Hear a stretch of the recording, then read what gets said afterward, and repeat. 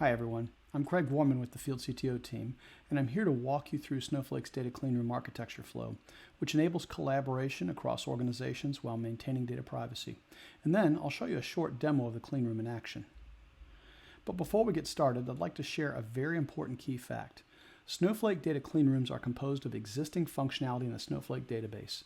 They're a combination of row access policies, store procedures, data shares, and streams and tasks. What this means is that Snowflake data cleanrooms aren't separate product offerings or platforms. What we have here is actually a design pattern that leverages existing Snowflake functionality. In other words, if you've got an enterprise or business critical Snowflake account, you've got everything you need to deploy a Snowflake data cleanroom. Let's take a look at the design pattern for a basic two-party cleanroom. In this case, party 1 will be the data provider or publisher, and party 2 will be the consumer. One of the things that differentiates Snowflake's data cleanroom architecture is that it can be extended to support a bi-directional relationship between the parties and expanded to support additional parties as well. Now, I'm keeping things simple here with this two-party provider-consumer cleanroom to make it easier to understand.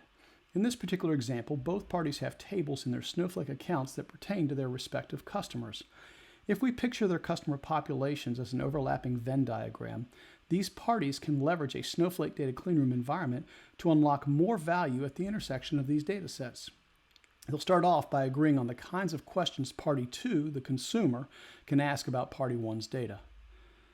These questions take the form of flexible query templates that act as guardrails to keep the queries within those boundaries. The join keys in this query are what define how the data intersects. This example happens to use email address, although any combination of attributes common to both datasets can be used. These query templates are given descriptive names and then stored in the party 1 query templates table. Query templates typically include substitution parameters that enable the consumer to choose from a list of available values. Multiple selections could be made if desired. These available values are stored in the party 1 available values table. When an analyst who works for party 2 wants to run a query against some of the party 1 customer's data, she or he would select a query template along with one or more available values. Then a generate query request store procedure merges those selections together and stores them as a record in the query request table on party 2's database. Likewise, a validate query store procedure reads the query request's records by way of a Snowflake stream, which returns only those requests that haven't been processed yet, and then compares it against the query template and available values tables. If everything checks out, it marks the request as approved and writes an acknowledgement record to the request status table. It then writes a fully formed query to the approved query requests table. Now, the linkages that enable each party to read certain tables from each other's databases are accomplished through the use of Snowflake data shares. It's important to understand that these are one-way, read-only shares. First, party 2 will have shared their query request table to party 1. Likewise, party 1 will have shared the query templates, available values, and request status tables with party 2. Party 1 will also share their customers table with party 2, but this is a highly restricted share that is controlled by a row access policy that works like a data firewall.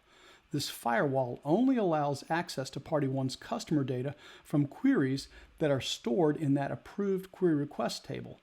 All other attempts to access party 1's customer's data will come back empty-handed. An approved query's result set could then be saved to local tables in party 2's database. Going back to the original example, these result sets could contain enriched records from the intersection between both parties' datasets. Now that we have the various architectural objects defined, let's take a step back for a moment. From a logical standpoint, the Snowflake data cleanroom environment consists of these objects. Even though these data cleanroom objects are technically connected to their respective Snowflake accounts, we can think of this collection in the middle as the Snowflake data cleanroom environment. Let's switch gears now and take a look at the cleanroom in action. Here we are logged in to party 1's Snowflake account deployment. And what I'd like to do is take a look at some of the different database objects that are here and relate those back to the architecture that we explored earlier.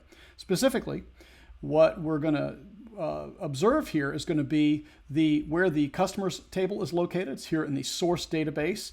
And then we'll also go down to the data cleanroom database and observe what's in the query templates table and also in the available values table. Now, the request status table is going to be empty because we haven't done anything yet. Likewise, the approved query requests will be empty. Nothing has been done at this point. Let's just see where those tables are located.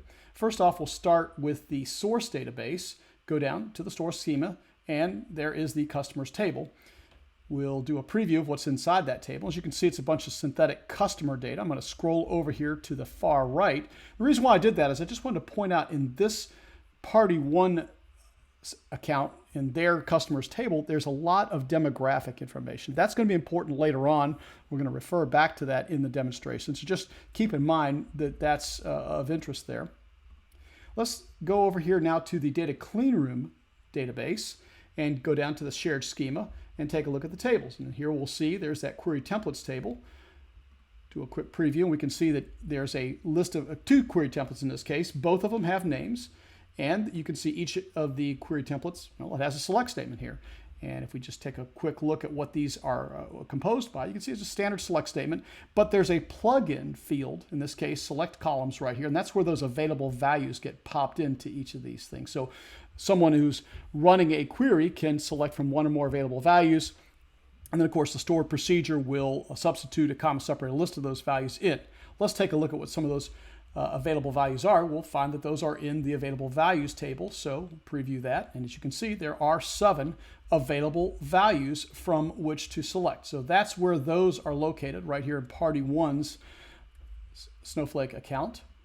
And of course, as I said earlier, the request status table doesn't have anything in it. Haven't done any requests just yet. Likewise, if we go over here to the internal schema, which is where we would see the approved queries located, once again, nothing there just yet. So no approved query requests, so there's nothing to see right there. All right, let's take now a look over here on Party 2's Snowflake account. And here we are.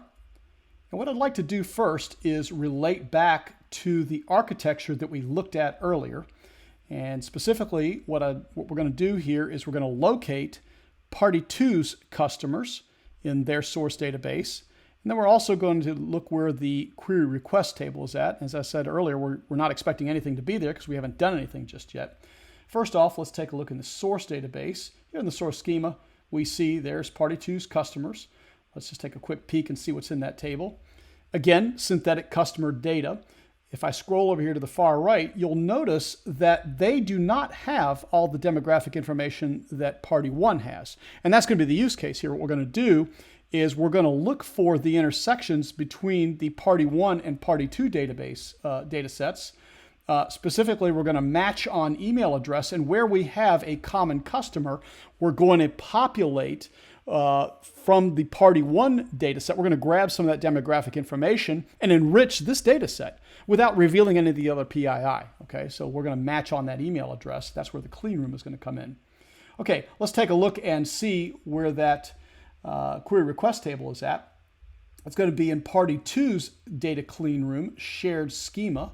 And we'll go down to the tables. And as I said earlier, we'll notice that, of course, this table will be empty. That's to be expected.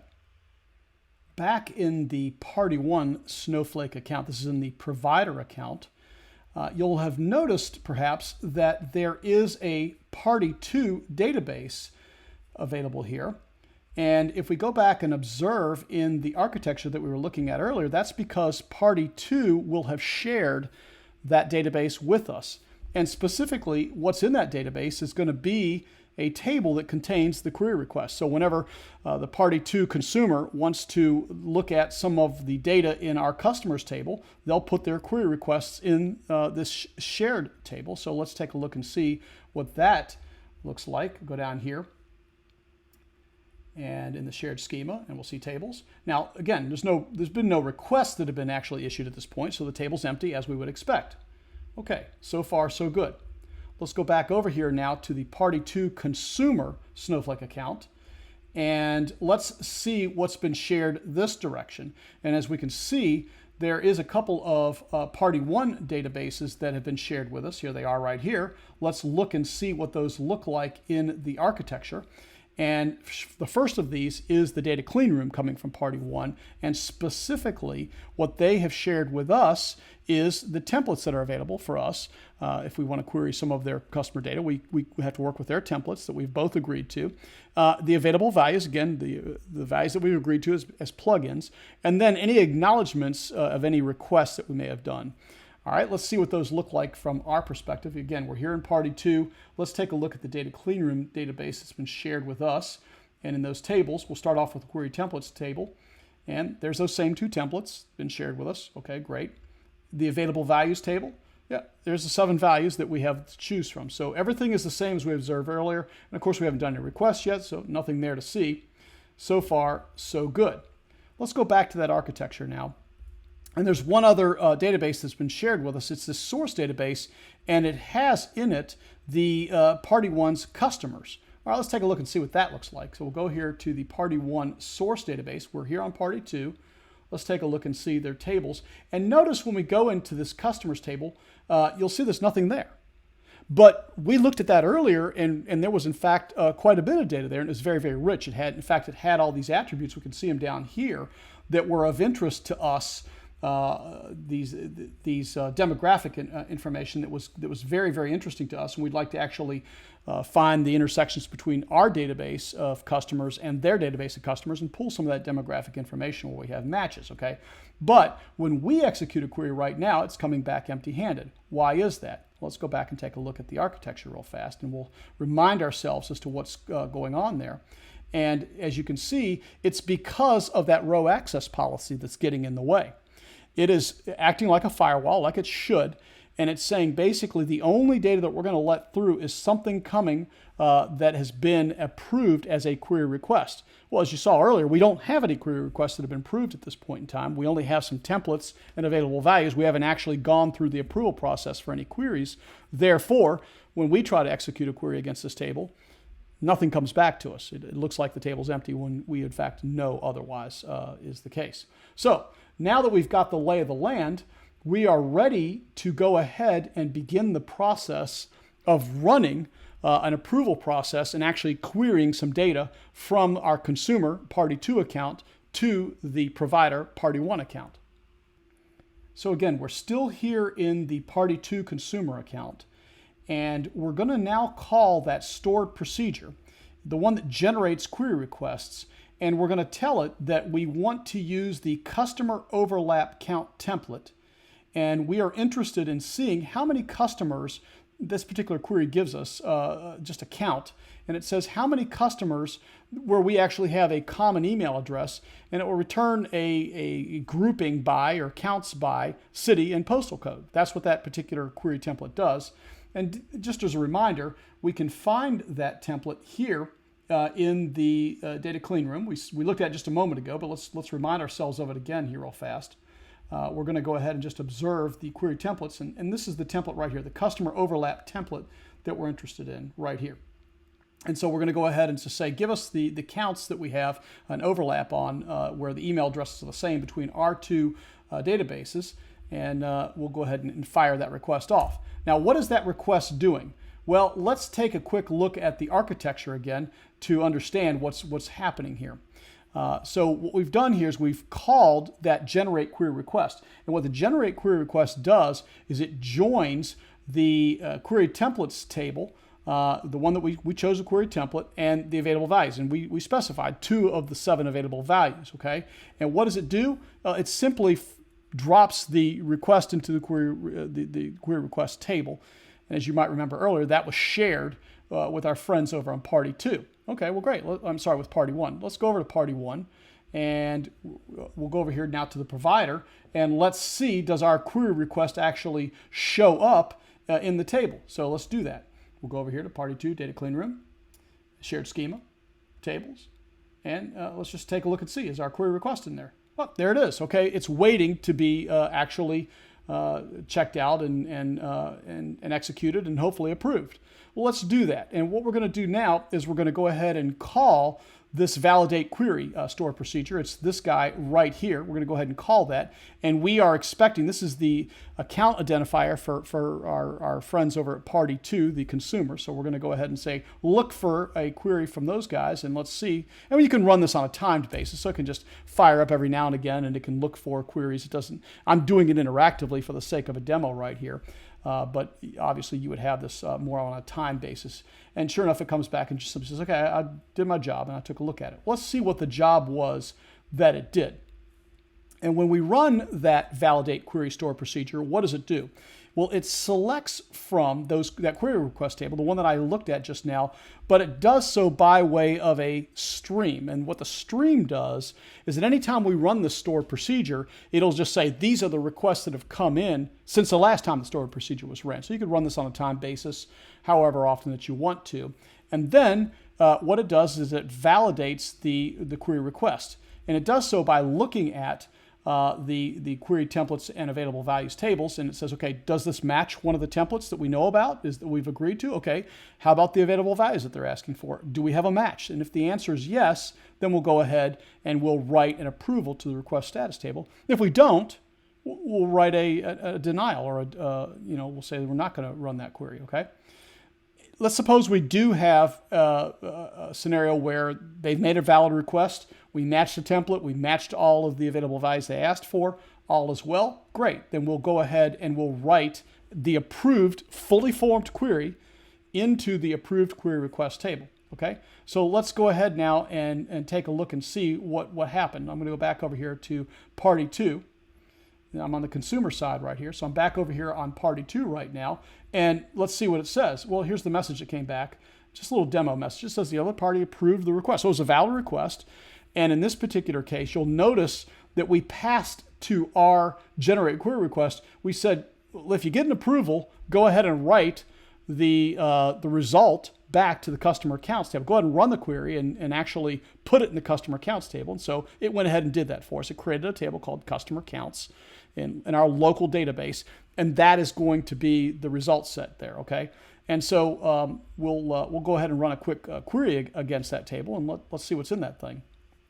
And I'll run that query right now, and we're just going to take a quick look and see, well, what's in the customer accounts table, and all you can see here is pretty much what you expected. It's just, we asked for city, we asked for postcode, so we got those, and that particular query just does a roll-up, and it says, okay, here's where you got how many customers in those same cities and postal codes, and you can see we've got a set of customers. We do have commonality between our two customer sets, so that's good.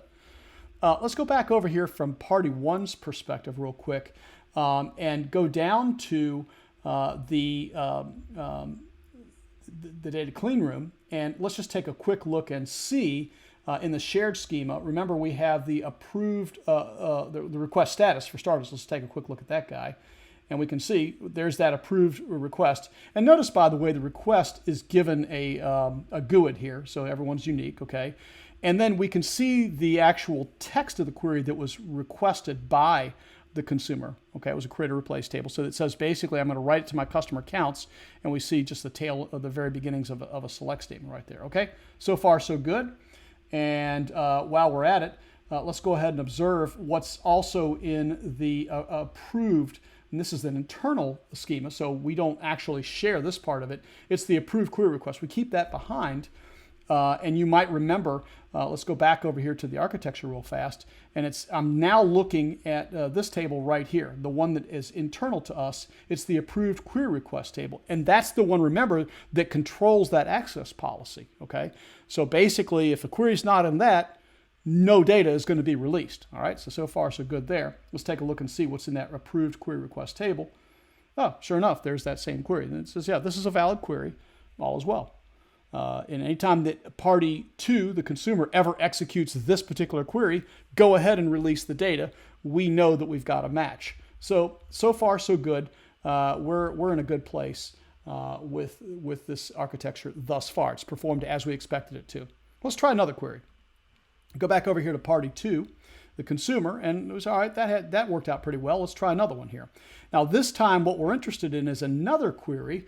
And if we go back over here, I'll just take a quick look and see what that query is. So go back to my query templates table. There's another query here. Now this one is the overlap query, and it's one where we actually do the join between the two data sets. So we look for that commonality, and then we actually pull those attributes over, the demographic attributes that are of interest to us, to the consumer. So we've already agreed that this is a valid query that we can run, and we can see the template for that query. Now what we're going to do here is we're going to run that query. So again, this is the overlap enrich. So we see that's the one that it's asking for, this guy right here, okay? And we're saying here when we run our query request, create, if it's approved, go ahead and create a customer details table. And these are the attributes that we're asking for. It's education status. We're asking for credit rating as well. We're also asking for a purchase estimate. So those are some of the demographics that we're actually interested in getting if we actually run this query and it's approved. Let's just anticipate and see, are those in the available values table real quick. And let's see, so far I've got let's just kind of do a little quick match here. Education status. Okay, I've got that right there. That's good. That should match. Okay, I've got purchase estimate. Okay, let's see here. Purchase estimate. Yep, that's an available value. So far so good. And then credit rating. Let's see if that. Yeah. Okay, we are good. So we should get a good outcome from this. We should see an approved query. So let's go ahead and run this thing. And it'll just go ahead and it'll fire the query off here, and it's going to drop it into the query request table. So if we go down here to our data clean room table, we'll see that well, this is the party 1 version of that. Let's go down to party 2's data clean room. That's us, and in our shared schema, and we'll take a look at our tables, and we'll see there's query requests. And sure enough, 2 records in there, and that's, of course, is going to be the one that we're executing. We're waiting on that right now to be approved. This is a demo, so I'm putting this into a wait state. Naturally, if you were in a production environment, you might go ahead and fire the request off and go get a cup of coffee, and maybe not even put the thing in a wait state. Just come back later on and see what you get.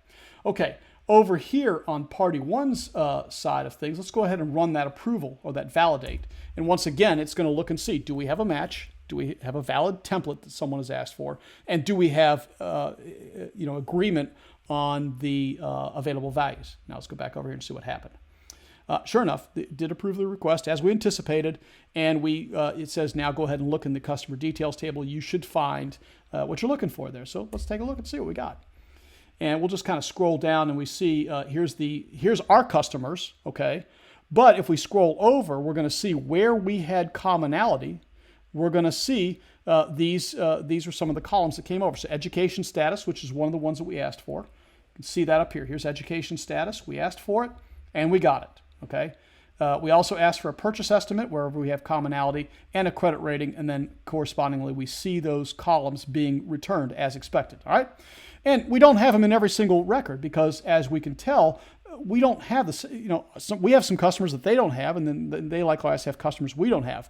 Where there's commonality, where we were able to join on email address, we do see those values being populated, the demographics being populated. So far so good. The clean room is doing as it should.